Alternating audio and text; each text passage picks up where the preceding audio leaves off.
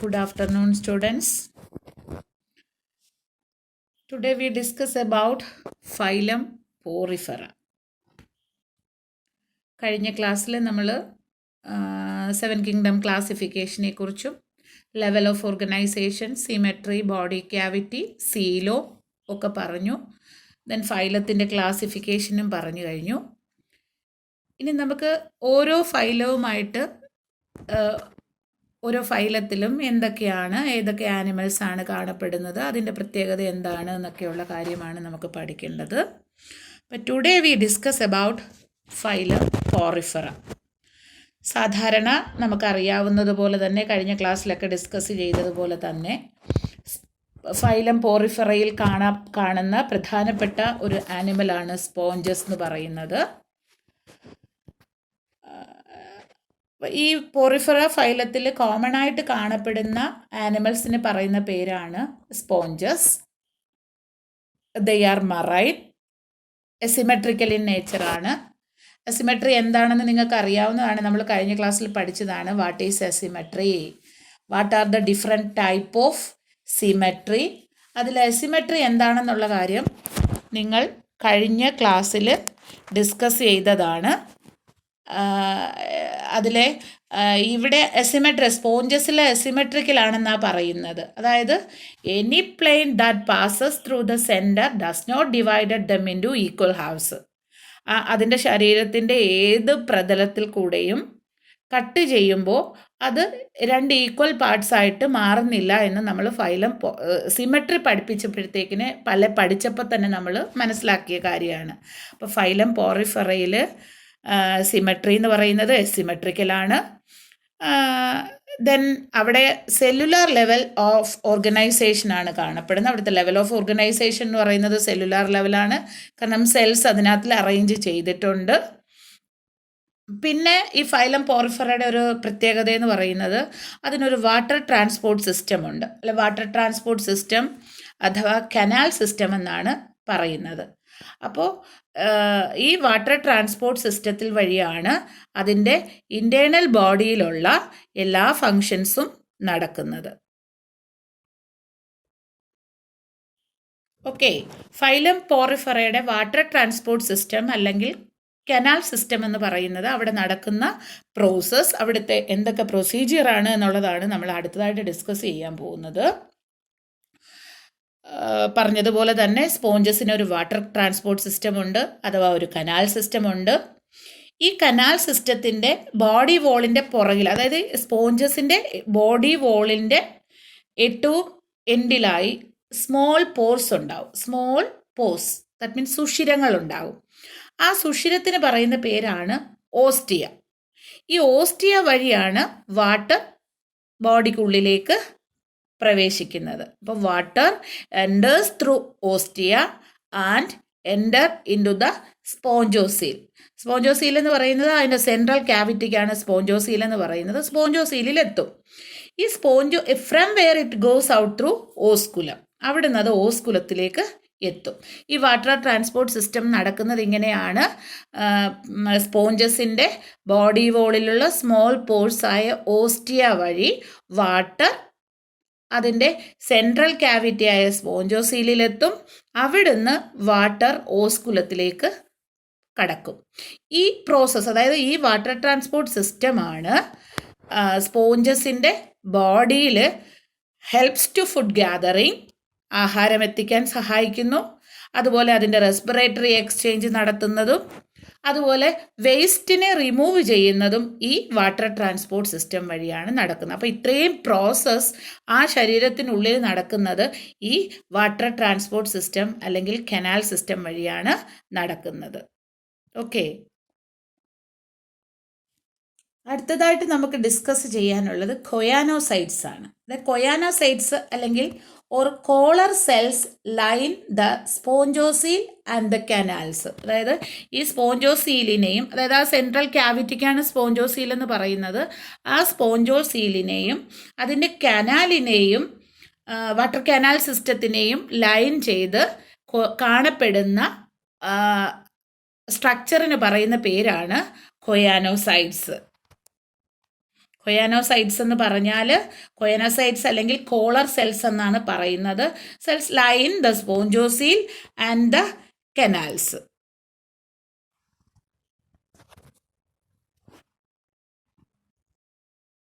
അപ്പോൾ സ്വാഭാവികമായിട്ടും നമുക്ക് സംശയം തോന്നാം, എന്താണ് ഈ കോളർ സെൽസ് അല്ലെങ്കിൽ കൊയാനോസൈറ്റ്സ് എന്താണെന്ന് നമുക്ക് സംശയം തോന്നാം. കൊയാനോസൈറ്റ്സിനെ also known as collar cells.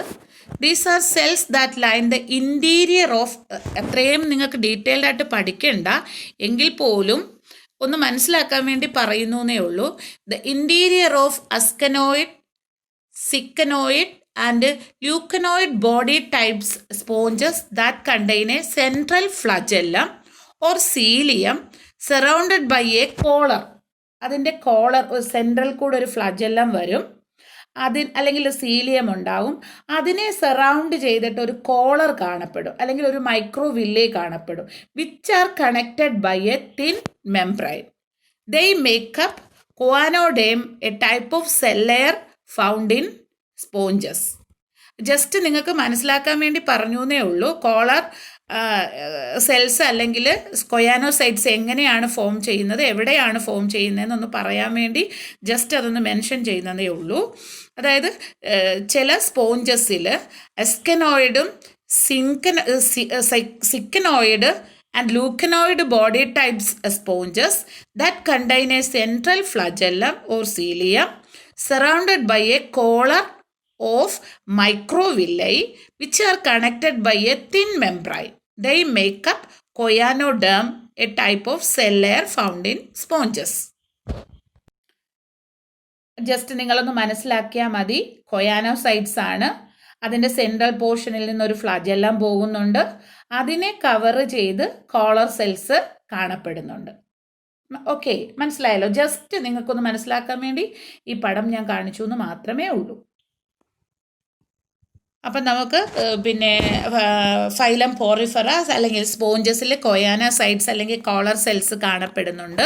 അത് സ്പോഞ്ചോസീലിനെയും കനാൽ സിസ്റ്റത്തിനെയും കവർ ചെയ്ത് അല്ലെങ്കിൽ ലൈൻ ചെയ്താണ് കൊയാനോസൈറ്റ്സ് കാണപ്പെടുന്നത്. പിന്നെ ഒരു പ്രത്യേകത എന്ന് പറയുന്നത് ഇതിൻ്റെ ബോഡിയുടെ സ്കെലിറ്റൻ എന്ന് പറയുന്നത് made up of spicules or spongin fibres. അതിൻ്റെ ബോഡി സ്കെലിറ്റൻ നിർമ്മിച്ചിരിക്കുന്നത് സ്പിക്യൂൾസ് അഥവാ സ്പോഞ്ചിൻ ഫൈബേഴ്സ് കൊണ്ടാണ് അതിൻ്റെ സ്കെലിറ്റൻ നിർമ്മിച്ചിരിക്കുന്നത്. വീണ്ടും നമ്മൾ ശ്രദ്ധിക്കുകയാണെങ്കിൽ നമ്മുടെ കണ്ടന്റിലേക്ക് വന്നാൽ സ്പോഞ്ചസിൻ്റെ പ്രത്യേകത എന്ന് പറയുന്നത് സ്പോഞ്ചസ് ഹെർമാഫ്രോഡൈറ്റ് ആണ്. എന്താ ഹെർമാഫ്രോഡൈറ്റ് എന്ന് പറഞ്ഞാൽ? ഹെർമാഫ്രോഡൈറ്റ് എന്ന് പറഞ്ഞാൽ സെക്സസ് ആർ നോട്ട് സെപ്പറേറ്റ്. ഒരു ജീവിയിൽ നമുക്കറിയാം മനുഷ്യൻ്റെ സെക്സസ് എന്ന് പറയുന്നത് മെയിലുണ്ട്, ഫീമെയിലുണ്ട്. അത് രണ്ടും രണ്ടാൾക്കാരിലാണ് കാണപ്പെടുന്നത്. മെയിലിൽ കാണുന്ന സെക്സ് ഓർഗൻ അല്ല ഫീമെയിലിൽ കാണുന്നത്, ഫീമെയിലിൽ കാണുന്ന സെക്സ് ഓർഗൻ അല്ല മെയിലിൽ കാണുന്നത്. പക്ഷേ ഈ സ്പോഞ്ചസിൻ്റെ ഒരു പ്രത്യേകത എന്ന് പറയുന്നത് sexes are not separate same ഇൻഡിവിജ്വലിൽ തന്നെ മെയിൽ സെക്സ് ഓർഗൻസും ഫീമെയിൽ സെക്സ് ഓർഗൻസും കാണപ്പെടുന്നു. അങ്ങനെ സെപ്പറേറ്റ് ചെയ്യപ്പെടുന്നില്ല. അത് മെയിൽ ഫീമെയിൽ എന്ന് സെപ്പറേറ്റ് ചെയ്യപ്പെടുന്നില്ല. രണ്ടും ഒരൊറ്റ ആനിമൽസിൽ തന്നെയാണ് കാണപ്പെടുന്നത്.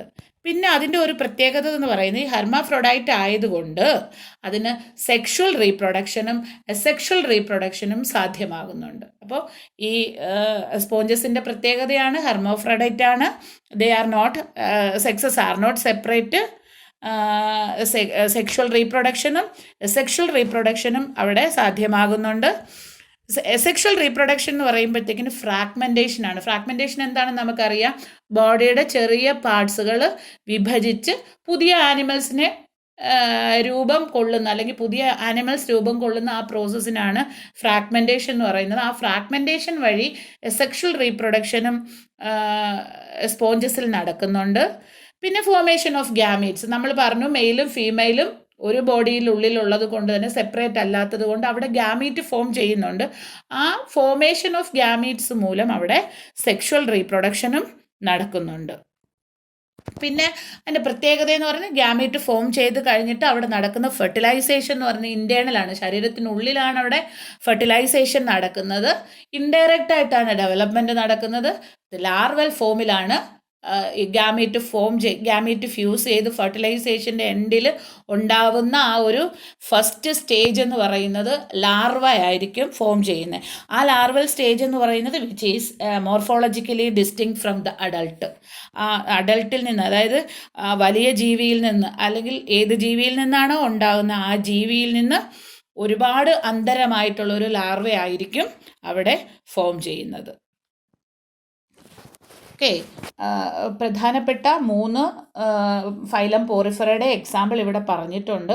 ഈ ഫസ്റ്റ് കാണുന്ന എ എന്ന് പറയുന്നത് സിക്കോണാണ്. രണ്ടാമത് ബി കാണുന്നത് യൂസ്പോഞ്ചിയ എന്ന് പറയുന്ന ഫൈലം പോറിഫറയിൽ വരുന്ന ഒരു ജീവിയാണ്.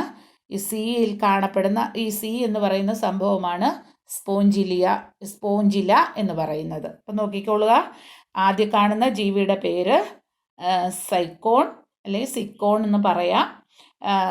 ബി, ഈ രണ്ടാമത് കാണപ്പെടുന്ന ഈ ജീവിയുടെ പേരാണ് യൂസ്പോഞ്ചിയ. ഈ മൂന്നാമത്തെ ആനിമലാണ് സ്പോഞ്ചില. ഇതെല്ലാം ഫൈലം പോറിഫറയ്ക്ക് ഉദാഹരണങ്ങളാണ്. ഓക്കെ, അപ്പോൾ നമ്മളിന്ന് പഠിച്ചത് ഫൈലം പോറിഫറയെ കുറിച്ചാണ്. ഫൈലം പോറിഫറ എന്ന് പറയുന്നത് കോമൺലി മറൈനാണ്, എസിമെട്രിക്കൽ നേച്ചറാണ്, സെല്ലുലാർ ലെവൽ ഓഫ് ഓർഗനൈസേഷനാണ്. അതിന് പ്രധാനമായിട്ടും ഒരു വാട്ടർ ട്രാൻസ്പോർട്ട് സിസ്റ്റം അല്ലെങ്കിൽ കനാൽ സിസ്റ്റം കാണപ്പെടുന്നുണ്ട്. ഈ വാട്ടർ ട്രാൻസ്പോർട്ട് സിസ്റ്റത്തിൻ്റെ പ്രത്യേകത അതെങ്ങനെയാണ് നടക്കുന്നതെന്ന് ചോദിച്ചാൽ, ആ ബോഡി വോളിൽ സ്മോൾ പോർസ് ഉണ്ട്. ആ പോറിന് പറയുന്ന പേരാണ് ഓസ്റ്റിയ. ഓസ്റ്റിയ വഴി വാട്ടർ ശരീരത്തിനുള്ളിലേക്ക് കടന്ന് സ്പോഞ്ചോസിൽ, അതായത് അതിൻ്റെ സെൻട്രൽ ക്യാവിറ്റിയിലെത്തും. ആ സെൻട്രൽ ക്യാവിറ്റിയിൽ നിന്ന് അത് ഓസ്കുലത്തിൽ എത്തിച്ചേരും. ഈ പാത്ത് എന്തിനൊക്കെ സഹായിക്കുന്നു? ഫുഡ് ഗാദറിങ്ങിന് സഹായിക്കുന്നു, റെസ്പിറേറ്ററി എക്സ്ചേഞ്ചിന് സഹായിക്കുന്നു, റിമൂവൽ ഓഫ് വേസ്റ്റ് റിമൂവ് ചെയ്യാനും സഹായിക്കുന്നുണ്ട്. ദെൻ നമ്മൾ അടുത്തത് പറഞ്ഞത് ഈ സ്പോഞ്ചസിൻ്റെ ഒരു പ്രത്യേകത എന്ന് പറയുന്നത് അതിനൊരു കോളാർ സെൽസ് അല്ലെങ്കിൽ കൊയാനോസൈറ്റ്സ് എന്ന് പറയുന്ന ഒരു പ്രത്യേക തരത്തിലുള്ള ഒരു സ്ട്രക്ചർ അതിനുണ്ട്. അത് സ്പോഞ്ചോസീൽ അല്ലെങ്കിൽ അതിൻ്റെ കനാലിനെയും സ്പോഞ്ചോസീലിനെയും കവർ ചെയ്ത് അല്ലെങ്കിൽ ലൈൻ ചെയ്ത് കാണപ്പെടുന്നതാണ് കൊയാനോസൈറ്റ്സ് എന്ന് പറയുന്നത്. ഇതിൻ്റെ സ്ട്രക്ചർ ഞാൻ പടം നിങ്ങൾക്ക് കാണിച്ചതാണ്, ജസ്റ്റ് മനസ്സിലാക്കാൻ വേണ്ടി കാണിച്ചതാണ്. അപ്പോൾ സ്പോഞ്ചോസീലിനെയും അതിൻ്റെ കനാലിനെയും ലൈൻ ചെയ്ത് കാണപ്പെടുന്ന കോളർ സെൽസിനെയാണ് അല്ലെങ്കിൽ കോളർ സെൽസാണ് അല്ലെങ്കിൽ അതാണ് കൊയാനോസൈറ്റ്സ് എന്ന് പറയുന്നത്. പിന്നെ സ്പോഞ്ചസിൻ്റെ ബോഡി സ്കെലിറ്റൻ എന്ന് പറയുന്നത് ഉണ്ടാക്കിയിരിക്കുന്നത് സ്പിക്യൂൾസ് അല്ലെങ്കിൽ സ്പോഞ്ചിൻ ഫൈബർ കൊണ്ടാണ് ഉണ്ടാക്കിയിരിക്കുന്നത്. അടുത്തത് നമ്മൾ പറഞ്ഞു സ്പോഞ്ചസ് എന്ന് പറയുന്നത് ഹെർമാഫ്രോഡൈറ്റ് ആണ്. സെക്സസ് ആർ നോട്ട് സെപ്പറേറ്റ് ആണ്. ഫെർട്ടിലൈസേഷൻ ഇൻറ്റേർണലി നടക്കുന്നെന്ന് നമ്മൾ പറഞ്ഞു. അതുപോലെ സെക്ഷൽ റീപ്രൊഡക്ഷനും നടക്കുന്നു എന്ന് പറഞ്ഞു. എഗ്സും sperms are produced by the same individual. ഒറ്റ ഇൻഡിവിജ്വൽ തന്നെയാണ് എഗ്ഗും സ്പേമും ഉണ്ടാക്കുന്നത്. അതുകൊണ്ട് ആ ബോഡി ഒരൊറ്റ ആനിമലിൽ തന്നെ സെക്ഷൽ റീപ്രൊഡക്ഷനും നടക്കുന്നുണ്ട്. സ്പേമും എഗ്ഗും ഒറ്റ ജീവി തന്നെ പ്രൊഡ്യൂസ് ചെയ്യുന്നത് കൊണ്ട് ഇത് രണ്ടും കൂടെ ഫ്യൂസ് ചെയ്തിട്ട് ഗ്യാമീറ്റ് ഫോം ചെയ്യാൻ സഹായിക്കുന്നു. അതുവഴി ഇൻറ്റേർണലി ഫെർട്ടിലൈസേഷൻ നടക്കുന്നു. ഡെവലപ്മെൻറ്റ് ഇൻഡയറക്റ്റ് ആയിട്ട് നടക്കുന്നു. വിത്ത് ലാർവൽ സ്റ്റേജ് ആണ് ഇത് കാണപ്പെടുന്ന ഇനിഷ്യൽ സ്റ്റേജ് എന്ന് പറയുന്നത്. അത് എൻറ്റയർലി ഡിഫറെൻറ്റ് ഫ്രം അല്ലെങ്കിൽ morphologically distinct from the adult. Then നമ്മൾ പറഞ്ഞു അവിടെ സെക്ഷൽ റീപ്രൊഡക്ഷനും നടക്കുന്നുണ്ട്. അത് ഫ്രാഗ്മെൻറ്റേഷൻ മൂലമാണ് സെക്ഷൽ റീപ്രൊഡക്ഷൻ നടക്കുന്നത്. ഫ്രാഗ്മെൻറ്റേഷൻ എന്ന് പറയുന്നത് ബോഡി പാർട്സുകൾ ചെറിയ പാർട്ടുകളായിട്ട് ഡിവൈഡ് ചെയ്തിട്ട് അതിൽ നിന്ന് പുതിയ ആനിമൽസ് രൂപപ്പെടുന്നു. ഇത്രയും കാര്യമാണ് നമുക്ക് ഫൈലം പോറിഫറയിൽ പഠിക്കാനുള്ളത്. Okay, thank you.